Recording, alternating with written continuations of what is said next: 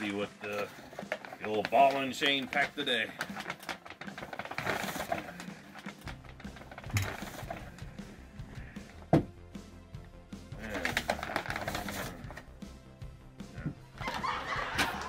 Banana and apple juice. That's not apple juice. It's apple juice. I said no beer at work, didn't I? Apple juice cannot be fizzy.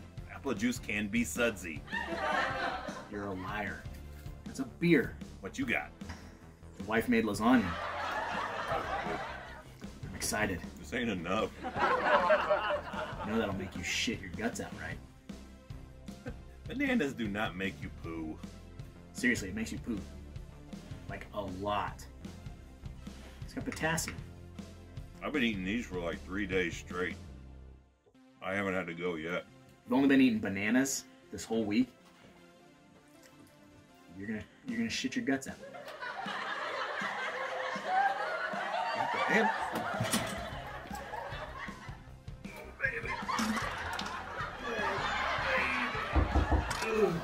You good? I'm good. That sounds fucking disgusting. Damn banana. Jesus. You've just been eating bananas for a week. I can smell it. I can smell it out here. Taste it. Tastes like bananas and Miller Genuine Draft. But you said you weren't drinking. Release! I can taste it.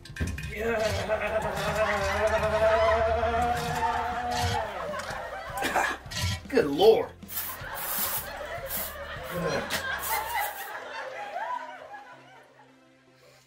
It's fucking gross. I'm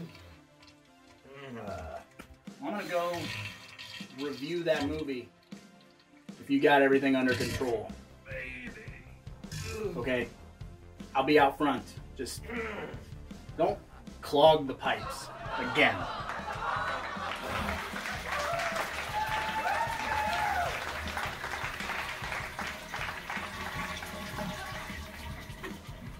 All right. Man, that was good. Smells like children. God, I hate people. Oh, hello, internet fans, and welcome to 3B Video. I'm your host, Rotten Roger DeMarco, and today we're going to be talking about Christine Peterson's 1988 film, Deadly Dreams. Ooh. Okay, so for those of you who don't know about this film, here is your plot synopsis. So on Christmas Eve, Alex's parents are murdered by a man in a mask with a shotgun. Fast forward like 10 years, and now Alex is having these dreams that this hunter man is back after him. Bad enough that they're dreams, but then he starts seeing this hunter in real life. And he can't figure out if it's real life or if he's going insane. That's pretty much it, but there's a little bit more to the movie. I'll leave it to you to discover it, but before we get into my overall thoughts of this film, first, let's take a look at Ryan Rogers! Splatter facts. We have 5 dead bodies. We have 2 titties and 1 bush. We have gratuitous waking up sweaty, 1 magic pickup line. Obligatory nightmare research, 1 taxidermy gift, rotating bed sex cam, brother choking, reckless rifle roughhousing, a bathtub deer carcass, graveyard deer hunting, and of course, dismissive police. The methods of death include, but are not limited to, shotgunned, off-screen. I've about had it with these motherfucking off-screens in these motherfucking movies. I used that joke once before. I'll do it again. And throat slash. Why would I put my finger across his throat? Okay, so now on to my overall thoughts of this film. I gotta start this off by saying, so when I was around 5 years old, I would just randomly watch VHS tapes that my dad had cataloged in our library. Little Primatine, clear that right up for you. And there was one VHS tape that had episodes of Unsolved Mysteries on it. So I would always sneak and grab that because that show used to scare me. episodes of Unsolved Mysteries, and this movie. And this movie has eluded me for years, and I hunted this movie down based solely on my random memories of this film. This movie used to terrify me to the bone. Again, I was 5 years old, and I shouldn't have seen this movie when I saw this movie, but I did. That's on my dad. So the killer's look in this film with the wolf mask, and then he's got like camouflage on and a vest, and he's running around with a shotgun and a hunting knife. There's something about this look that really did used to bother me, and I think it definitely carried over into my adult life. When I watched this again to refamiliarize myself with it, it was still just as scary and still just as bothersome. But with that being said, this is not a slasher film. This is not your traditional film, although it shares tropes with the Elm Street franchise, with the nightmares and not being sure what's real and what isn't real. This is a whole different animal. This is more of a suspense, thriller, crime drama type of film. It has a very low body count with the 5 dead bodies, but there are numerous nightmare sequences that are filled with gore. So I can't count those things that happen in the nightmares, but rest assured, you will not miss out on any gratuitous violence, because it is damn sure here. I think that this is one of those movies that was just a forgotten flick, and it demands rediscovery. It's a lot better than the majority of things that came out in 1988. The slasher genre was kind of waning.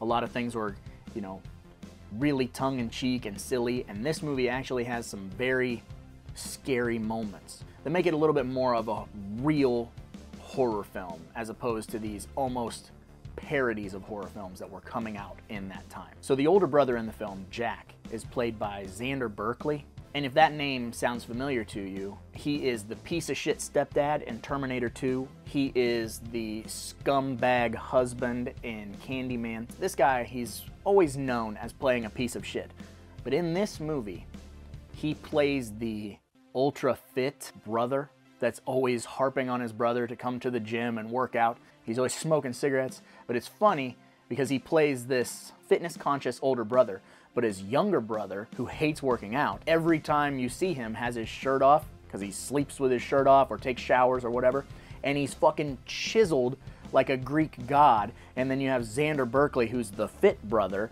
who's kind of got like a little beer gut and got tufts of chest hair and like no definition on his biceps. It's kind of hilarious to me. That's one of those things I had to point out. Did they not watch his audition tape? Did they not know who Xander Berkeley was? Pencil neck. He's not a buff guy. Odd choice. The thing about this movie is that it is a relatively small cast. It's a smaller movie.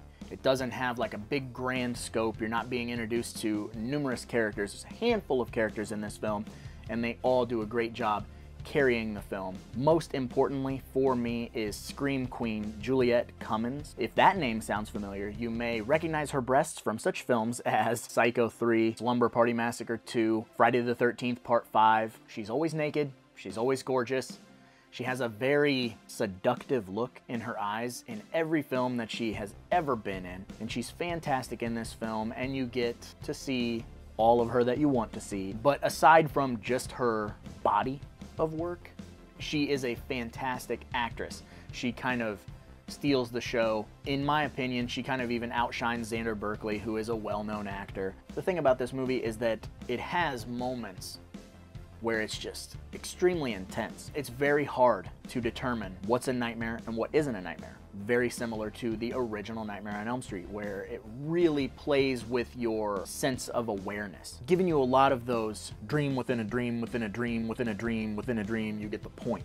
And this is a very slow burn flick, but it does deliver in spades with the violence and the nudity, and you do get great character development. It's a very fun, definitely above average, oddball, suspense type horror film that not a lot of people know about, and that's a shame. So that's why I had to bring this movie up. This is definitely horror on a different level than what I normally cover, because I tend to gravitate towards popcorn, silly, over the top, and fun. This movie has all of those things, but the atmosphere is a little bit different. The atmosphere is very much that of a late night Cinemax suspense movie. One of the things about this movie, and I guess all horror movies in general, that sort of strikes me as odd is this is a fantastic horror trope. The trope where the killer can seemingly clean up a very bloody, gruesome scene in a matter of minutes. That happens a lot. That makes me question things. First of all, if you're the killer and you do this body staging trope, which is in all films, I have questions, and they are the following. What cleaning products are you using? Did you bring them in a bag? Where do you hide the cleaning products when you are staging the body? Do you have a team to help you stage this body? Do you have helping hands in staging and cleaning and disappearing before the police arrive? Also, very important, do you wear the mask while you are setting up, and do you wear the mask while you are cleaning? Because I would imagine wearing a wolf mask while attempting to clean up every single drop of blood would be extremely difficult. What if you missed something? What if there was blood under the sink, next to the toilet, on the ceiling? These are forensically discoverable things. I need to know answers. But this movie is just wild. So in my personal opinion, this movie is 100% popcorn as fuck, because it's fun, it's different, but it has everything that I'm looking for in a horror movie. It's got the blood, it's got the boobs, it's got a very unique killer with a strange motive.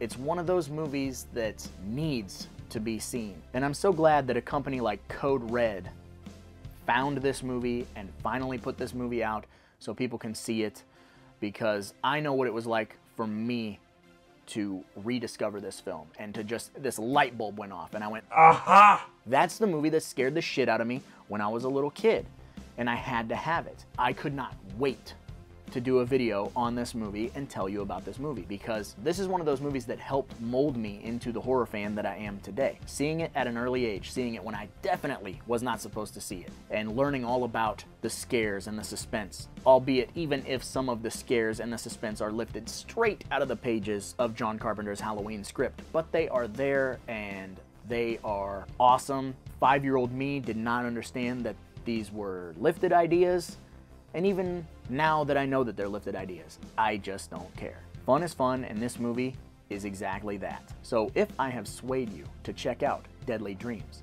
click the link in the description and get a copy for you today. But I suppose I should probably get going, because after all, it's a lot of movies out there. Somebody's got to watch them. So why not me, right?